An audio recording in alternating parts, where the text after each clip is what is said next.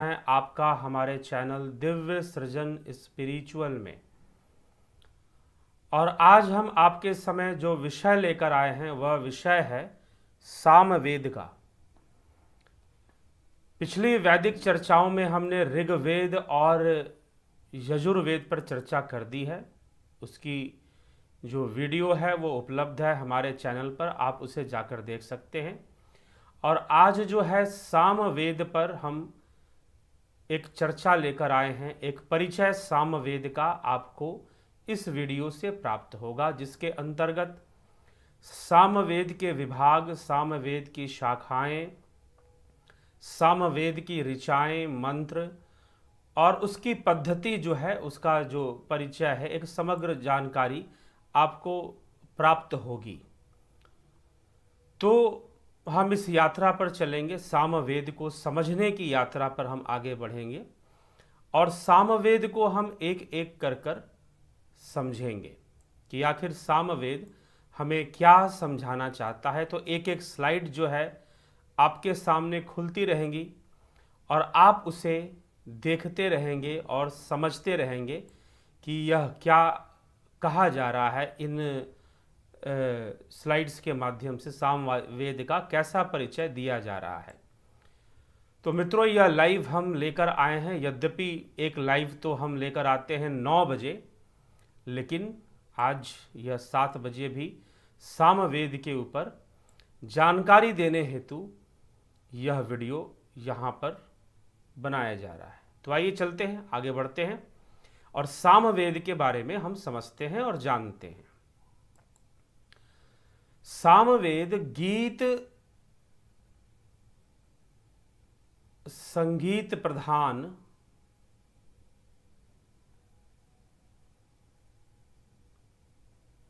सामवेद गीत संगीत प्रधान है। सन धातु से मन प्रत्यय लगाने से सामन शब्द की प्राप्ति होती है, जिसका अर्थ है वह गीत जिससे आध्यात्मिक उन्नति होती है अथवा ईश प्राप्ति होती है, अर्थात ईश्वर की प्राप्ति होती है। तो सामवेद गीत प्रधान है, संगीत प्रधान है और सन धातु और मन प्रत्यय से सामन शब्द बनता है, जिसका अर्थ है वह गीत। मतलब कि ऐसा गायन, ऐसा संगीत जो हमारी आध्यात्मिक उन्नति में लाभदायक हो। इसीलिए हम इतिहास में अगर मित्रों हम जाते हैं तो इतिहास में हम पाते हैं कि बहुत सारे जो भक्त हुए, मीराबाई हुई, चैतन्य महाप्रभु हुए, या उसके पूर्व भी कई योगी और कई जो साधक हुए, वो गीतकार भी हुआ करते थे। मध्य युग में ऐसे ज़्यादातर प्रचारक हुए, धर्म प्रचारक, भक्ति प्रचारक, जो कि गीतकार भी होते थे, बहुत उच्च कोटि के गीतकार हुआ करते थे। तो उनमें मीराबाई का भी नाम बहुत ऊंचा है, चैतन्य महाप्रभु का भी नाम ऊंचा है। स्वामी विवेकानंद जी वह भी एक गायक थे, बहुत अच्छे गायक थे और शास्त्रीय संगीत का बहुत ही उच्च कोटि का ज्ञान वो रखते थे। तो इसीलिए सामवेद यह कहाँ से आता है? संगीत सामवेद से निकलता है और सामवेद गीत संगीत प्रधान है। यह इसकी सर्वप्रथम विशेषता है। आइए चलते हैं दूसरे स्लाइड की ओर। मंत्रों को जब एक विशिष्ट गान पद्धति से गाया जाता है तब उसे सामन कहते हैं और गाने वाले को सामग कहते हैं। ठीक, यहां पर नहीं लिखा है लेकिन आगे यह विषय आएगा। तो यज्ञ अनुष्ठान और हवन के समय ये मंत्र गाए जाते हैं।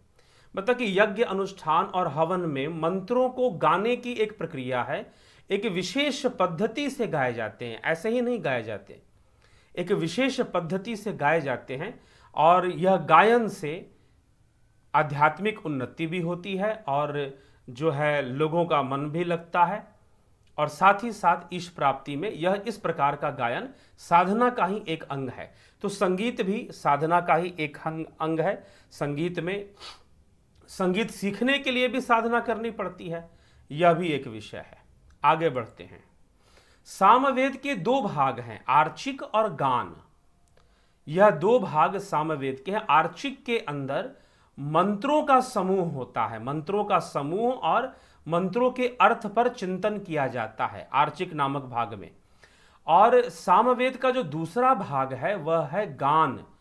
तो दूसरे भाग में उसको कैसे गाना चाहिए इस बात पर विचार होता है, अर्थात गायन पद्धति पर चर्चा होती है सामवेद के अंदर कि कैसे गाना चाहिए। तो आर्चिक और गान ये दो उसके मुख्य विभाग हैं। आगे चले, अब यहां पर लिख दिया आर्चिक मंत्रों के अर्थ व समूह को आर्चिक कहते हैं। मंत्रों का अर्थ व जो समूह है उसको आर्चिक कहा जाता है। मंत्रों के गायन पद्धति को गान कहा जाता है। तो ये दो भाग हैं सामवेद के। एक भाग में मंत्रों का समूह है और उनके अर्थों पर विचार होता है, दूसरे भाग में मंत्रों के गायन पद्धति पर विचार होता है। आगे बढ़ते हैं। तो आर्चिक के दो भाग हैं, पहले हम आर्चिक पर थोड़ी चर्चा करेंगे फिर गान पर आएंगे। आर्चिक विभाग जो है उसमें पूर्व आर्चिक और उत्तर आर्चिक है। सामवेद की शाखाओं पर चर्चा है। तो शाखाएं क्या हैं? महर्षि पतंजलि के अनुसार एवं पुराणों में जो विवरण मिलता है उससे सामवेद की 1,000 शाखाओं के होने की जानकारी मिलती है, अर्थात 1000 शाखाओं के होने की जानकारी प्राप्त होती है महर्षि पतंजलि के द्वारा और पुराणों के द्वारा। वर्तमान में प्रपंच हृदय, दिव्यवदान, चरणव्यूह तथा जैमिनी गृह सूत्र को देखने पर 13 शाखाओं का पता चलता है। इन 13 में से 3 आचार्यों की शाखाएं मुख्य रूप से मिलती हैं, और वो क्या है? कौथुमीय शाखा जिसमें 1875 मंत्र हैं और इसका जो प्रचलन रहा है गुजरात में बहुत अधिक रहा है। फिर राणायनीय शाखा जिसमें 1810 मंत्र हैं, इसका प्रचलन महाराष्ट्र में अधिक रहा है। जैमिनीय शाखा 1687 मंत्र हैं, इसका प्रचलन कर्नाटक में अधिक रहा है। सामवेद में कुल मंत्रों की जो संख्या है वह 1875 बताई जाती है। पूर्वार्चिक में 650 मंत्र, उत्तरार्चिक में 1225 मंत्र हैं। 1504 मंत्र ऋग्वेद से लिए गए हैं। सामवेद के अंदर 1504 मंत्र ऋग्वेद से लिए गए हैं। तो सामवेद के अपने कितने मंत्र हो गए? 104 मंत्र। अब आगे इसमें और भी थोड़ा सा विषय जुड़ता है। पूर्वार्चिक के 267 मंत्र उत्तरार्चिक में पुनरुक्त हैं, अर्थात वो ऋग्वेद से लिए गए हैं और पूर्वार्चिक में और उत्तरार्चिक दोनों में हैं वो। सामवेद के 104 मंत्र में भी 5 मंत्र पुनरुक्त हैं, अर्थात ऋग्वेद से लिए गए हैं। इसी कारण से सामवेद के अपने मंत्र मात्र 99 हैं। सामवेद के अपने मंत्र 99 हैं, बाकी ऋग्वेद के मंत्रों को ही सामवेद में लिया गया है। और जब हमने ऋग्वेद पर चर्चा की थी, आप ऋग्वेद वाले वीडियो पर जाकर देख सकते हैं कि ऋग्वेद के ऋचाओं का गायन होता है, उसकी रचना पद्यात्मक है, जबकि यजुर्वेद की रचना गद्यात्मक है। यह अंतर पहले भी ऋग्वेद और यजुर्वेद में बताया जा चुका है। तो पद्यात्मक होने के कारण वहां भी बताया गया कि ऋग्वेद का गायन होता है, और सामवेद तो है ही संगीतमय, तो उसमें गायन को और विकसित करके गाया जाता है मंत्रों को। वो कैसे, आगे हम देखेंगे इस वीडियो में। पूर्वार्चिक के 650 मंत्र 6 अध्याय 4 पर्व में विभाजित हैं। पूर्वार्चिक के कौन कौन से पर्व हैं? आग्नेय पर्व जिसमें कि 114 मंत्र हैं और अग्निदेव की स्तुति है, इसलिए इसका नाम आग्नेय पर्व भी है, क्योंकि इसमें अग्निदेव की स्तुति 114 मंत्रों में मिलती है। दूसरा पर्व है पूर्वार्चिक का ऐन्द्र पर्व, जिसमें कि 352 मंत्र हैं और इसमें इंद्रदेव की स्तुति प्राप्त होती है। पावमान पर्व जिसमें कि 119 मंत्र हैं और इसमें सोमदेव की स्तुति प्राप्त होती है। अरण्य पर्व जिसमें कि 55 मंत्र हैं और इन 55 मंत्रों में अरण्य गान होता है, और उस अरण्य गान में अग्नि, इंद्र और सोम, इन तीनों की स्तुति विशेष रूप से प्राप्त होती है। आगे चलते हैं। सामवेद के ब्राह्मण कौन कौन हैं? तो सामवेद के जो ब्राह्मण हैं प्रौढ़, षड्विंश, सामविधान, आर्षेय, देवताध्याय, उपनिषद, संहितो उपनिषद, वंश, जैमिनीय, ये ब्राह्मणों का नाम है। आरण्यक कौन कौन से हैं? तलवलकार, छांदोग्य, यह 2 आरण्यक हैं। उपनिषद कौन से हैं? छांदोग्य उपनिषद और केनो उपनिषद। यहां पर जो छांदोग्य उपनिषद है वो छांदोग्य आरण्यक से संबंधित है, और जो केनो उपनिषद है वो तलवलकार आरण्यक से संबंधित है। इसके ऋत्विक क्या कहे जाते हैं? सामूहिक रूप से सामवेद के ऋत्विकों का नाम उद्गाता है। सामूहिक रूप से उद्गाता कहा जाता है जो सामवेद के ऋत्विक हैं। सामवेद का जो प्रमुख देवता है वह सूर्य है। अभी जैसा कि आपको पता है कि दीपावली और पर्व त्योहार चल रहे हैं, तो आज तो भाई दूज और चित्रगुप्त की पूजा के नाम से मनाया जाता है, लेकिन 6 दिन बाद, दीपावली के 6 दिन बाद सूर्य षष्ठी महाव्रत अपना मनाया जाता है, जो कि पूर्ण रूपेण एक वैदिक कर्मकांड की मान्यता उसे मिली हुई है। पूर्ण रूपेण एक वैदिक कर्मकांड ही है।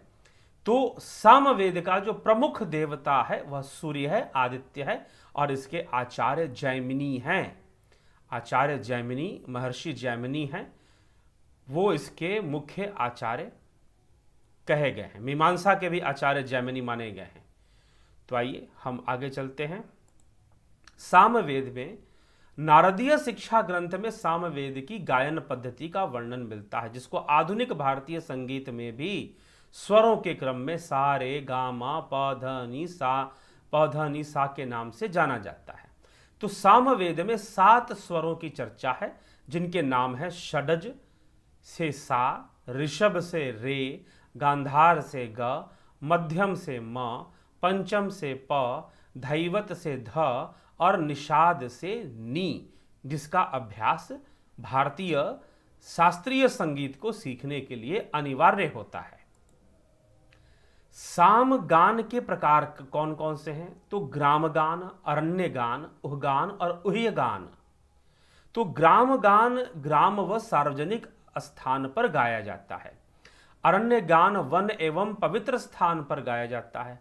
उहगान सोमयाग व धार्मिक स्थल पर गाया जाता है। उह्य गान रहस्यात्मक है, वन और पवित्र स्थानों पर ही उसका गायन होता है। लेकिन आर्चिकों में पूर्व आर्चिक के अंतर्गत ग्राम गान और अरण्य गान का प्रचलन है।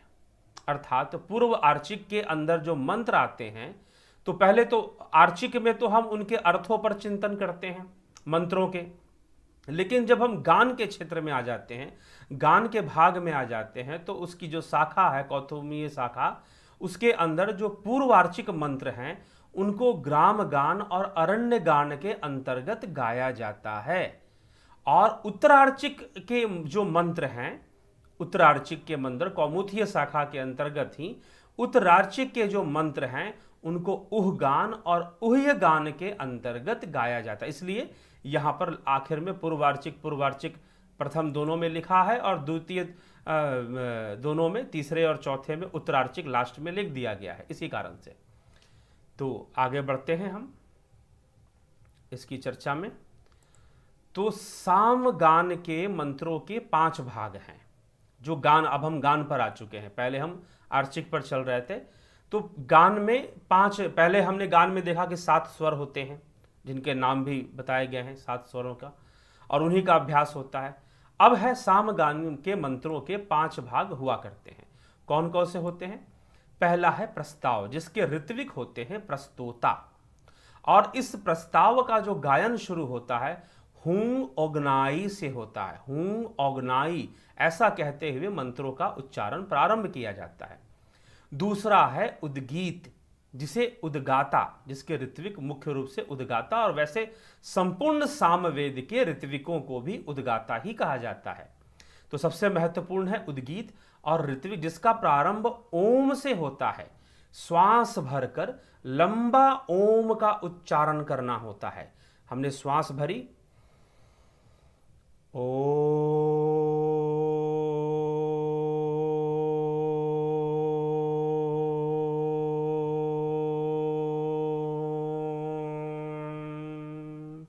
तो उच्च स्वर में ओम का उच्चारण करना यह उद्गीत है।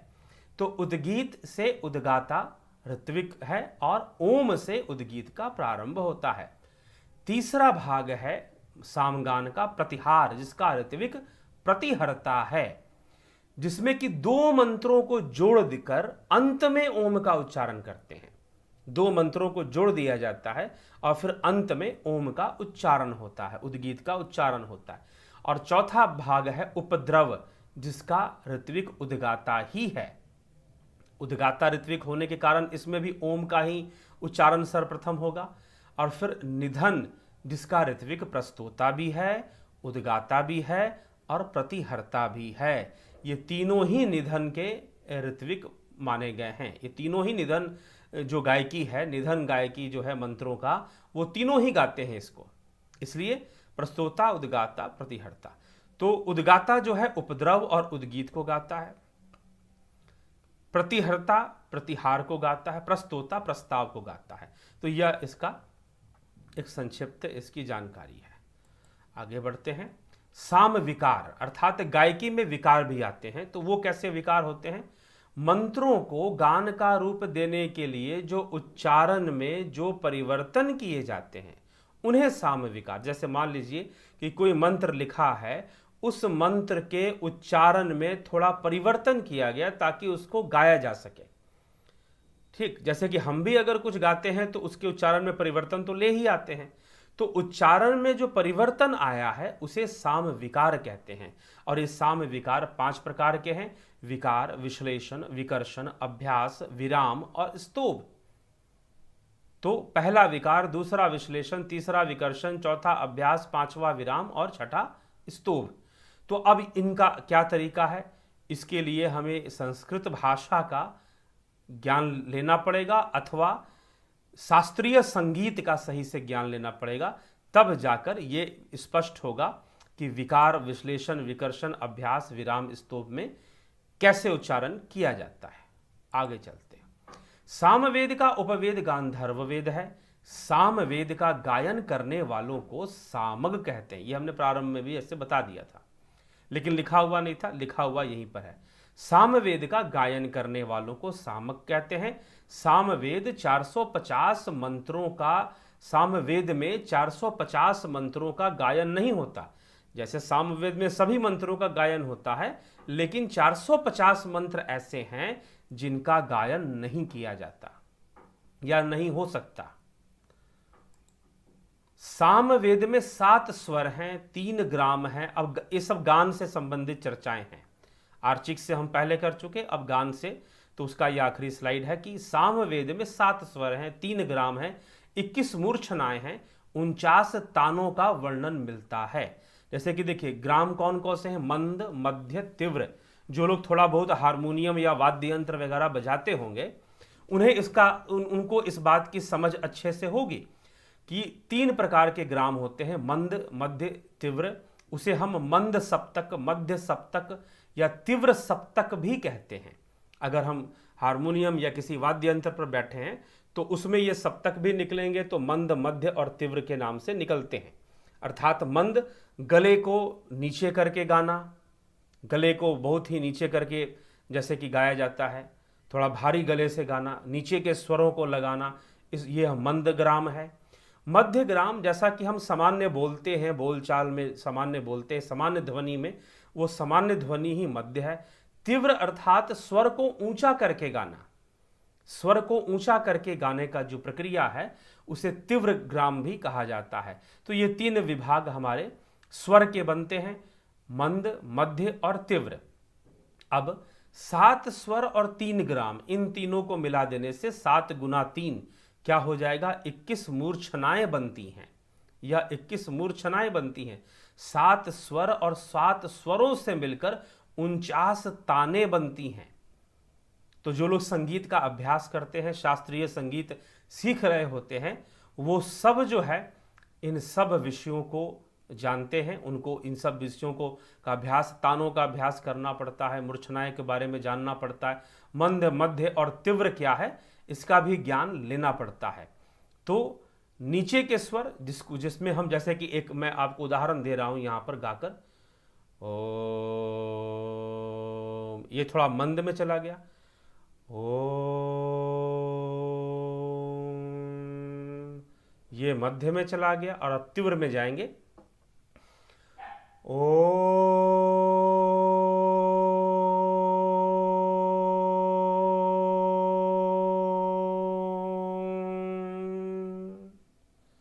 तो ये तीव्र में चला गया, ऊंचा हो गया थोड़ा सा। तो इस प्रकार से हम बहुत आसानी से इसको समझ सकते हैं, और जो संगीत का अभ्यास करते हैं निश्चय ही इसको समझते हैं। तो ये सामवेद एक संगीतमय वेद है, और संगीत के ऊपर हमारे ऋषियों ने अनुसंधान किया और संगीत विद्या को आध्यात्मिक उन्नति में सहयोगी पाया, आध्यात्मिक उन्नति में सहयोगी पाया। ये अलग बात है कि संगीत का दुरुपयोग हो और उसको जो है उसके अंदर अश्लीलता भर दी जाए, या उसके अंदर कुछ गलत चीज़ें भर दी जाए, तो वह एक अलग विषय हो जाता है। परंतु अगर हम उसका सदुपयोग करें, और सदुपयोग कर कर संगीत साधना में बहुत ही सहायक सिद्ध होता है। तो इसीलिए अगर हम लाभ उठाना चाहते हैं अपने जीवन के अंदर, तो सामवेद के इस मर्म को हमें समझना चाहिए। तो मित्रों, इसी के साथ आपसे विदा लेंगे और इस वीडियो को यहीं पर विराम देंगे। बहुत बहुत धन्यवाद जुड़ने के लिए। अवश्य चैनल को सब्सक्राइब शेयर भी कर दें, वीडियो को भी अवश्य शेयर कर दिया कर दें। बहुत बहुत धन्यवाद।